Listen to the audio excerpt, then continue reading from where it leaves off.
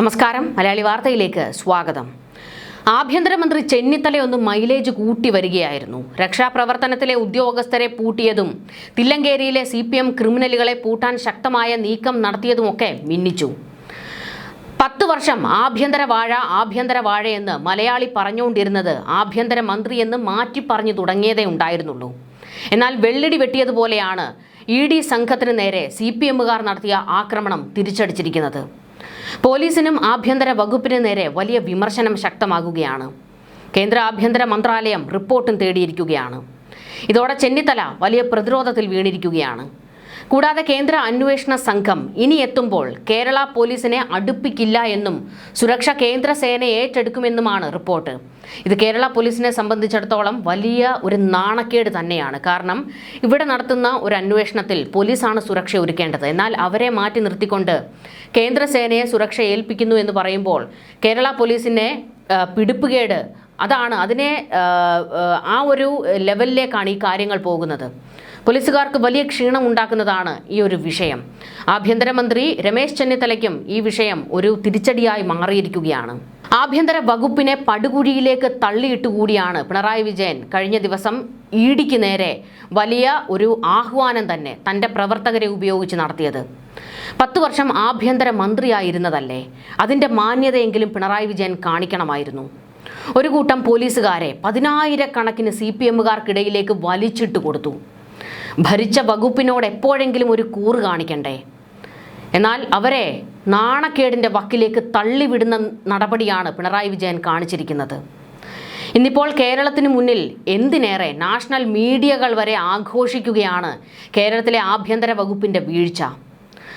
National മീഡിയകളിലൊക്കെ ഇതുതന്നെയാണ് പ്രധാന ചർച്ചയായതും. ED ഉദ്യോഗസ്ഥർക്ക് സുരക്ഷ ഒരുക്കുന്നതിൽ കേരള പോലീസിന് പിഴവ് സംഭവിച്ചുവെന്ന്, ഇനി കേന്ദ്ര സേന ഇറങ്ങുമെന്ന്. എത്രത്തോളം വലിയ മാനക്കേടാണ് കേരളത്തിന് ഉണ്ടാക്കി വെച്ചത്. കേന്ദ്ര സംഘം റെയ്ഡിനെത്തുന്ന വിവരം പോലീസ് അറിഞ്ഞിരുന്നില്ല. അതായത് കൂടുതൽ അതിൻ്റെ വിവരങ്ങൾ പുറത്തേക്ക് വിട്ടിരുന്നില്ല. റെയ്ഡ് വിവരം ചോർന്നാൽ തെളിവ് നശിപ്പിക്കാനുള്ള നീക്കം നടന്നാലോ എന്നുള്ള ഒരു സംശയമായിരുന്നു. എന്നാൽ 7 മണിയോടുകൂടി റെയ്ഡ് തുടങ്ങിയപ്പോൾ മുതൽ പാർട്ടിക്കാർ വീടിന് മുന്നിലേക്ക് ഇരച്ചെത്തി തുടങ്ങിയിരുന്നു. ഈ സമയം കൊണ്ടെങ്കിലും പോലീസ് സുരക്ഷ കൂട്ടണമായിരുന്നു. എന്നാൽ അങ്ങനെയും സംഭവിച്ചില്ല. ആഭ്യന്തര വകുപ്പിന് വീഴ്ച സംഭവിച്ചിട്ടുണ്ട് എന്നുള്ളത് വാസ്തവമാണ്.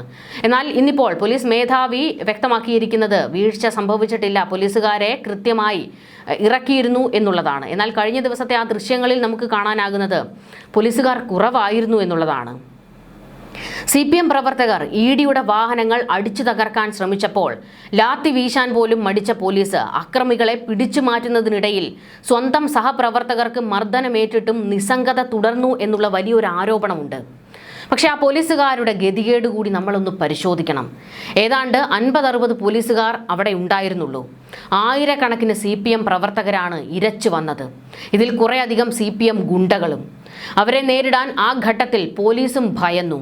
കൂട്ടത്തിലുള്ളവർക്ക് മർദ്ദനമേറ്റിട്ടും ED ഉദ്യോഗസ്ഥരെ പരമാവധി സുരക്ഷിതമാക്കാനുള്ള ഒരു ശ്രമം പോലീസ് നടത്തിയിരുന്നു. അതുകൊണ്ടാണ് കൂടുതൽ പരിക്കേൽക്കാതെ ഉദ്യോഗസ്ഥരെ അവിടെ നിന്ന് മാറ്റാൻ കഴിഞ്ഞത്. ഇനിയാണ് തൂത്തുവാരി പെറുക്കിയിട്ട് തല്ല് തുടങ്ങാൻ പോകുന്നത്. വരും ദിവസങ്ങളിൽ കൂടുതൽ ചോദ്യം ചെയ്യലുകൾ ഉണ്ടാകും. 8 മണിക്കൂറത്തെ ആ ചോദ്യം ചെയ്യൽ എന്തായിരുന്നു? റെയ്ഡ് കഴിഞ്ഞ് പുറത്തേക്ക് ഇറങ്ങി വന്ന് മുഷ്ടി ചുരുട്ടി പാർട്ടിക്കാരെ ആവേശം കൊള്ളിച്ചത് അവിടെ നിൽക്കട്ടെ സഖാവേ. ചോദ്യം ചെയ്യലിൻ്റെ ഒരു വിവരവും പാർട്ടിക്കാരോട് പറയാൻ എന്തുകൊണ്ട് പിണറായിക്ക് നാവ് പൊന്തിയില്ല? പിണറായിക്കും മകൾക്കും വേണ്ടിയാണല്ലോ പ്രവർത്തകർ തലസ്ഥാനം കത്തിച്ചത്. അപ്പോൾ അവരോട് സത്യാവസ്ഥ വെളിപ്പെടുത്താനുള്ള ഉത്തരവാദിത്തം പിണറായിക്കുണ്ടല്ലോ. ചോദ്യം ചെയ്യലിന് ഇനിയും ED എത്തും. അപ്പോഴൊക്കെയും ഇതുപോലെ വലിയൊരു ലഹള ഉണ്ടാക്കാനാണോ പിണറായി ഇറങ്ങി പുറപ്പെടുന്നത്? അങ്ങനെയെങ്കിൽ അതിനെ ഊച്ചാളിത്തരം എന്നല്ലാതെ മറ്റൊന്നും പറയാനില്ല. കാരണം പിണറായി വിജയൻ്റെ മകൾക്കെതിരെ ഒരു ആരോപണം വരുമ്പോൾ എന്തിനാണ് പാർട്ടിക്കാർ ഇങ്ങനെ ചാവേറുകളാകുന്നത്? എന്തിനാണ് അവരെ ചാവേറുകളാക്കുന്നത്? ഇനി വരുമ്പോൾ കൂടെ തോക്കേന്തിയ കേന്ദ്രസേനയുണ്ടാകും. അവർക്ക് ചോദ്യവും പറച്ചിലും ഒന്നും ഉണ്ടാകില്ല. ഹെൽമറ്റ് എറിയാനോ കല്ലും കുപ്പിയും വലിച്ചെറിയാനോ നിന്നാൽ, അതായത് ജോലി തടസ്സപ്പെടുത്താൻ നിന്നാൽ തോക്കെടുത്ത് പൊട്ടിക്കും. അത്ര തന്നെ. ഏതെങ്കിലും കമ്മികളുടെ നെഞ്ചത്ത് റീത്ത് വെക്കേണ്ടി വരും. അതോടെ ലോട്ടറി അടിക്കുന്നതും CPMന് തന്നെയാണ്. കാരണം കിട്ടിയില്ലേ ഒരു രക്തസാക്ഷിയെ ചുളുവിന്, അത് വെച്ച് പിന്നെ മുതലെടുപ്പ് നടത്തും. കഴിഞ്ഞ ദിവസവും പയറ്റിയത് ഇതേ പദ്ധതിയാണ്. പക്ഷേ രക്തസാക്ഷിയെ കിട്ടിയില്ല. അതിൻ്റെ ഒരു നിരാശ ചില നേതാക്കന്മാർക്ക് ഉണ്ടായി കാണണം. കേന്ദ്രം വേട്ടയാടുന്നു, കേന്ദ്രം ചോര വീഴ്ത്തിയെന്നൊക്കെ വരുത്തി നാട് കത്തിക്കാൻ ഇവർ വീണ്ടും രംഗത്തേക്ക് ഇറങ്ങും ഒരു രക്തസാക്ഷിയെ കിട്ടിക്കഴിഞ്ഞാൽ. വരും ദിവസങ്ങളിലൊക്കെ ചോദ്യം ചെയ്യലുകൾ ഉണ്ടാകും. കാരണം CMRLന്റെ ഉദ്യോഗസ്ഥരെയും കർത്തയുമായി ബന്ധപ്പെട്ടവരെയും ഒക്കെ ചോദ്യം ചെയ്യലിന് വേണ്ടി കേരളത്തിൽ തന്നെ ED സംഘമുണ്ട്. കൊച്ചിയിൽ നിന്നുള്ള സംഘവും ഇതുകൂടാതെ ഡൽഹിയിൽ നിന്നുള്ള സംഘവും ഒക്കെ ഉണ്ടാകും. വരും ദിവസങ്ങളിൽ വീണ വിജയനെ വീണ്ടും ചോദ്യം ചെയ്യലിന് വിളിപ്പിക്കേണ്ടിയും വരും.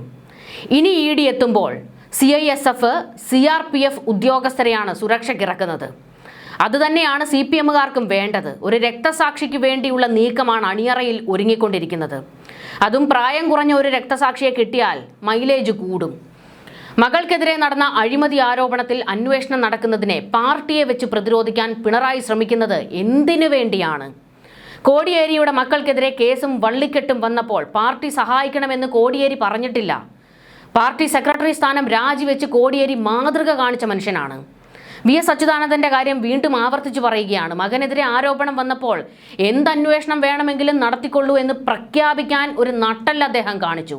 പക്ഷേ ഇവിടെ വീണയുടെ കാര്യം വന്നപ്പോൾ പാർട്ടി പ്രതിരോധിക്കണമെന്ന്. എന്നിട്ടും പിണറായിയെ കമ്മികൾ തള്ളിമറിക്കുന്നത് ഇരട്ടച്ചങ്കൻ എന്നാണ്. അതാണ് നമുക്ക് സഹിക്കാൻ കഴിയാത്തത്.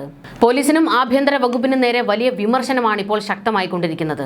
ക്രമസമാധാന പാലനത്തിൽ കേരള പോലീസ് പൂർണ്ണമായി പരാജയപ്പെട്ടു എന്ന വിലയിരുത്തലിലാണ് കേന്ദ്ര ആഭ്യന്തര മന്ത്രാലയം സംഭവത്തെക്കുറിച്ച് റിപ്പോർട്ട് തേടിയിരിക്കുന്നത്. ED ഉദ്യോഗസ്ഥർക്കും വാഹനങ്ങൾക്കും നേരെ CPM പ്രവർത്തകർ ആക്രമണം അഴിച്ചുവിട്ടിട്ടും പോലീസ് നോക്കുകുത്തിയായി നിന്നത് അതീവ ഗുരുതര വീഴ്ചയാണെന്ന് കേന്ദ്രം പറയുന്നു. രാവിലെ പിണറായി വിജയന്റെ കണ്ണൂരിലെ വീടിന് മുൻപിൽ സംഘർഷാവസ്ഥ ഉടലെടുത്തപ്പോൾ തന്നെ തിരുവനന്തപുരത്തും വലിയ പ്രതിഷേധത്തിന് സാധ്യതയുണ്ടെന്ന് പോലീസ് രഹസ്യാന്വേഷണ വിഭാഗം മുന്നറിയിപ്പ് നൽകിയിരുന്നു. എന്നാൽ ഈ ഇന്റലിജൻസ് റിപ്പോർട്ട് പൂർണ്ണമായും അവഗണിച്ച പോലീസ് വെറും 50ഓളം ഉദ്യോഗസ്ഥരെ മാത്രമാണ് തിരുവനന്തപുരത്തെ വീടിന് സമീപം വിന്യസിച്ചത്. ഉച്ചയ്ക്ക് 12:30 ആദ്യ സംഘർഷം ഉണ്ടായപ്പോൾ തന്നെ ED ഉദ്യോഗസ്ഥർ ഔദ്യോഗികമായി സുരക്ഷ ആവശ്യപ്പെട്ടിട്ടും പോലീസ് അത് ഗൗനിച്ചില്ല എന്നുള്ള ഒരു ആരോപണം ഇപ്പോൾ പുറത്തേക്ക് വന്നിട്ടുണ്ട്. എന്തായാലും ഈ ആരോപണങ്ങളുടെയൊക്കെ സത്യാവസ്ഥ പുറത്തു വരാനിരിക്കുന്നതേ ഉള്ളൂ. ആഭ്യന്തര വകുപ്പ് കേന്ദ്രത്തിന് റിപ്പോർട്ട് നൽകേണ്ടി വരും. ഈ ഒരു ഘട്ടത്തിൽ അതിൻ്റെ കൂടുതൽ വിശദാംശങ്ങളൊക്കെ വ്യക്തമാകുന്നതാണ്. പക്ഷേ ഇപ്പോഴത്തെ ഒരു സാഹചര്യം എന്ന് പറയുന്നത് വരും ദിവസങ്ങളിൽ കേന്ദ്രസേനയുമായിട്ട് എൻഫോഴ്സ്മെന്റ് ഡയറക്ടറേറ്റ് ഉദ്യോഗസ്ഥർ റെയ്ഡിനോ അല്ലെങ്കിൽ മൊഴിയെടുക്കുന്നതിനോ വന്നു കഴിഞ്ഞാൽ ഈ നിലയിലാണ് വീണ്ടും പാർട്ടിക്കാരെ ഇറക്കി പിണറായി പ്രതിരോധിക്കാൻ ശ്രമിച്ചു കഴിഞ്ഞാൽ അത് കൈവിട്ട നിലയിലേക്ക് പോകും. അതായത് വെടിവെപ്പും ഒക്കെ ഉണ്ടാകും എന്നുള്ളത് തന്നെയാണ് പറയാനുള്ളത്. അങ്ങനെയെങ്കിൽ ചുളിവിൽ ഒരു രക്തസാക്ഷിയെ ഉണ്ടാക്കിയെടുക്കാനുള്ള നീക്കമാണോ ഈ CPM നടത്തിക്കൊണ്ടിരിക്കുന്നത്? എത്ര പേരെ നിങ്ങളിങ്ങനെ ബലിയാടാക്കും? കാലാകാലങ്ങളായി ഇതുതന്നെയല്ലേ ചെയ്തുകൊണ്ടിരിക്കുന്നത്? കഴിഞ്ഞ ദിവസം വന്ന ഏതെങ്കിലും ഒരു നേതാവിന് നേരെ ഒരു കേസെങ്കിലും ഈ ഉദ്യോഗസ്ഥരെടുത്തോ പോലീസുകാരെടുത്തോ? പ്രാദേശിക നേതാക്കളെയൊക്കെയാണ് പിടിച്ചുകൊണ്ടുപോയത്. പാർട്ടി പ്രവർത്തകരെയാണ് പിടിച്ചുകൊണ്ടുപോയത്.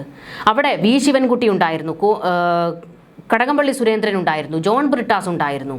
ഇവരിൽ ആരെയെങ്കിലും കൈവിലങ്ങ് വെച്ചുകൊണ്ടുപോകാൻ പോലീസ് തയ്യാറായോ? എന്തുകൊണ്ട് തയ്യാറായില്ല? നേതാക്കന്മാർക്കെതിരെ കേസില്ല.